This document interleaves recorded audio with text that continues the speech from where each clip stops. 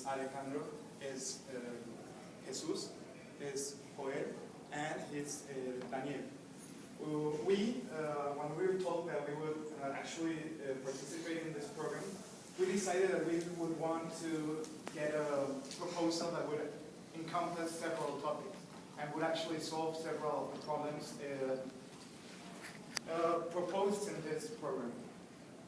That's why we decided that we couldn't make anything that would be very big, but something that could actually sit in space and that would actually solve problems, not going into the big things. So that's why we decided to actually work in a Martian greenhouse. That's how we called our project.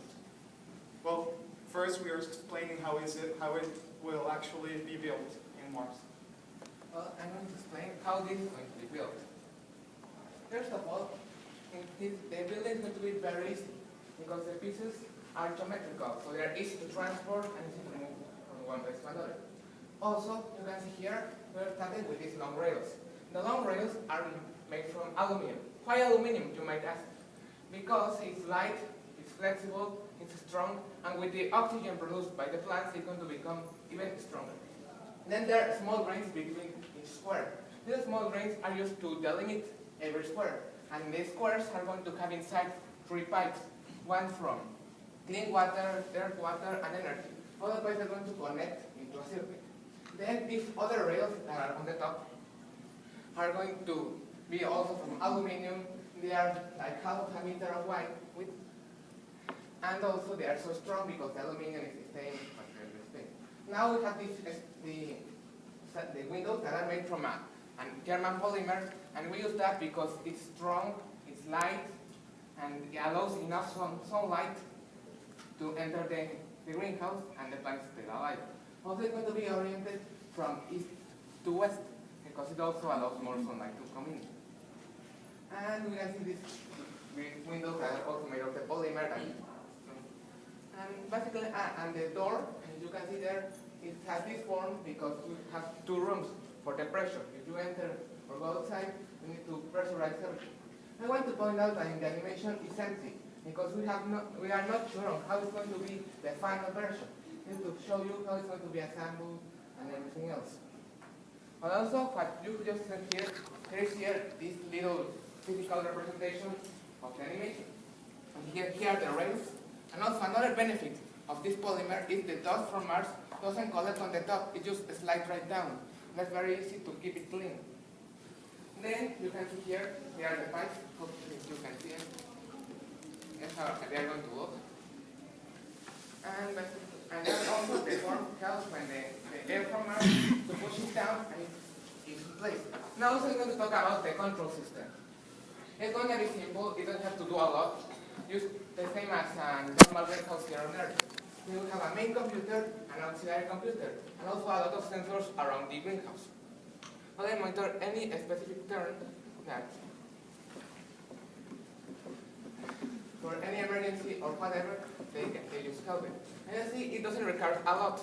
A cooling device is used for emergency because it's going to be about 15 degrees Celsius degrees. So it's only for emergency. It doesn't have to be very big, and also it only requires 1,220.7 kilowatts per year. So that's excellent for the energy requirements. And as you say, it can be small. Well, when we talked about the things that we wanted to do, we actually thought that first we have to think about humans. And that's why we decided to first point out the human needs. We all know them, but we wanted to really point out that we need oxygen, water, and the diet. Oxygen is produced by plants, and water, we would actually take it, and a diet, you can actually balance the diet with the plants produced in the greenhouse. Then we thought about a diet based on these plants that we would actually cultivate inside the greenhouse. We decided as a carbohydrate basis, we would actually use rice, oats, and wheat, because these 3 plants give us the biggest quantity of carbohydrates.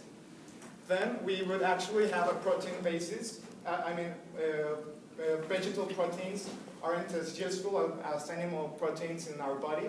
That's why we decided that we would actually complement it with food, the normal spaced food that we use nowadays. Then, as the lipid basis, we would actually use peanuts, soybean, and birdling. This is a normal diet an average person would have. It's based on,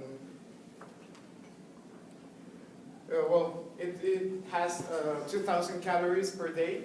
It has a base of 60% carbohydrate. It would actually be of 20% of protein and 15% of lipids. This would be a balanced diet, and as I said, we would actually use it with the plants produced inside.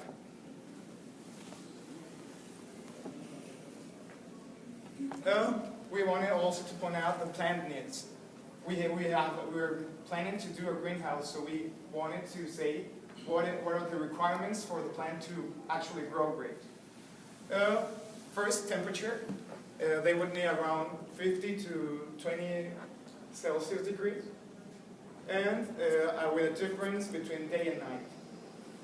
Then they need carbon dioxide because the process inside the plant uses carbon dioxide and actually produces key oxygen.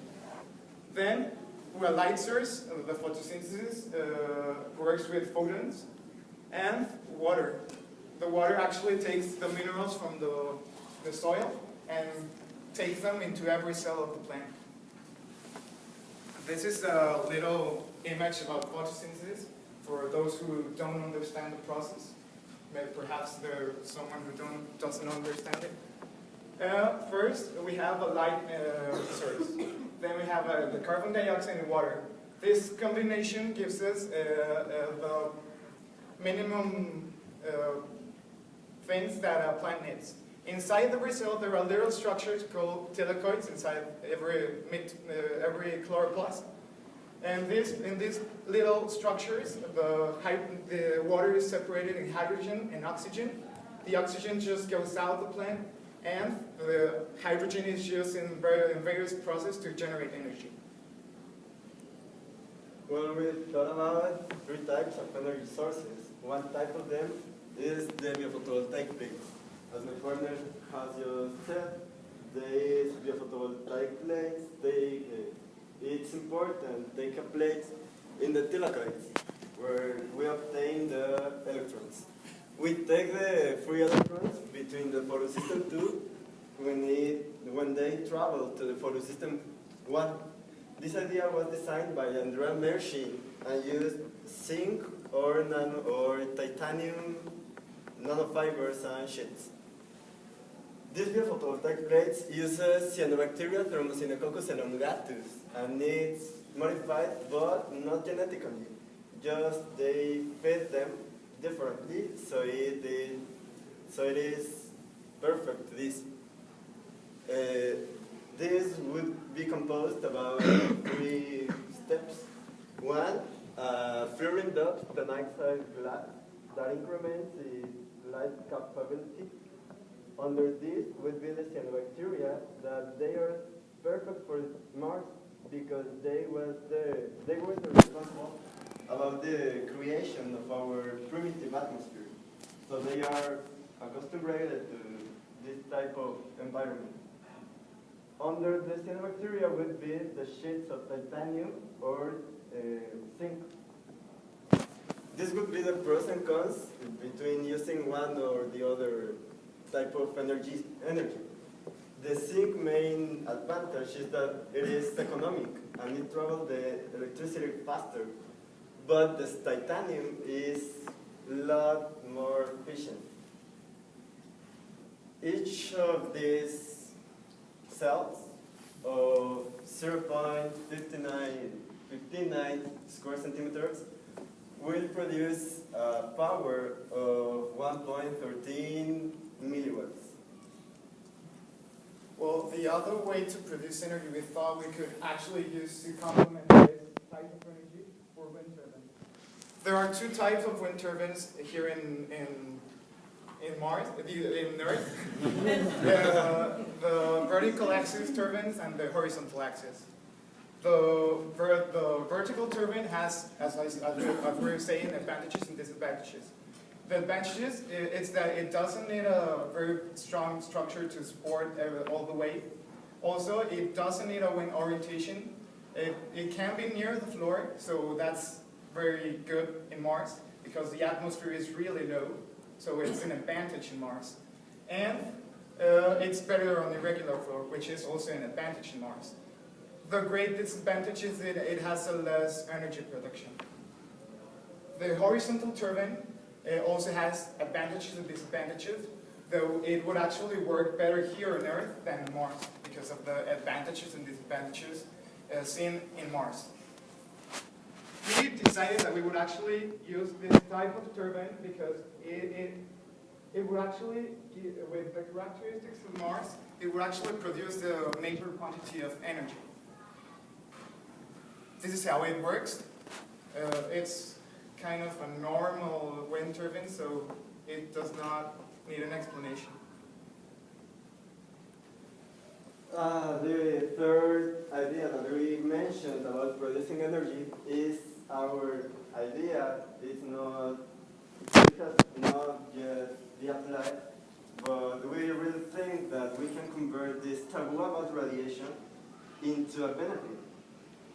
The cosmic radiation is present everywhere, every time.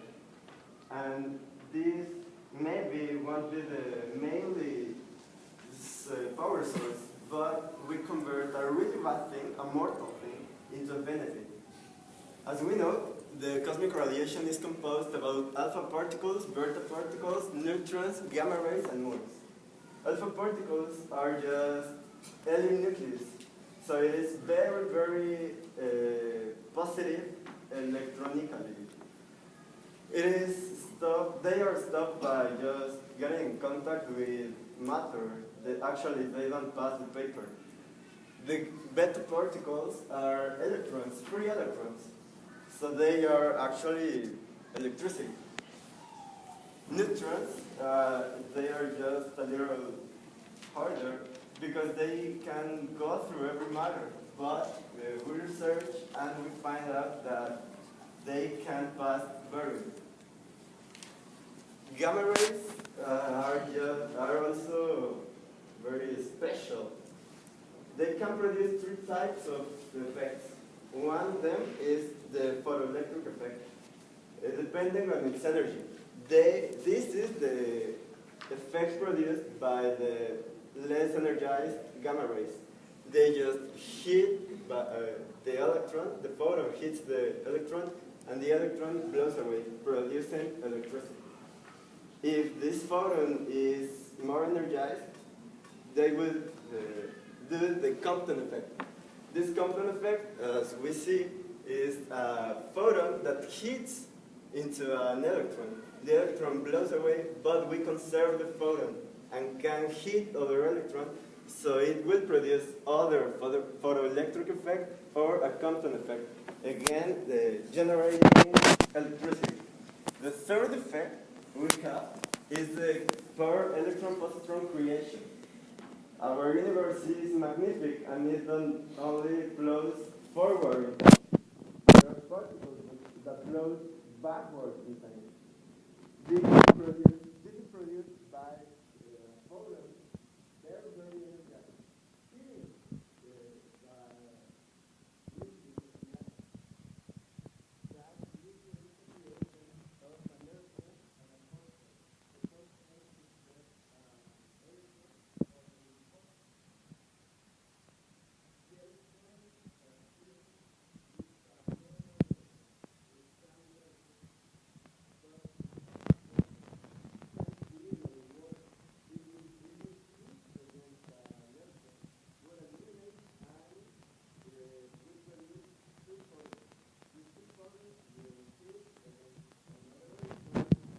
And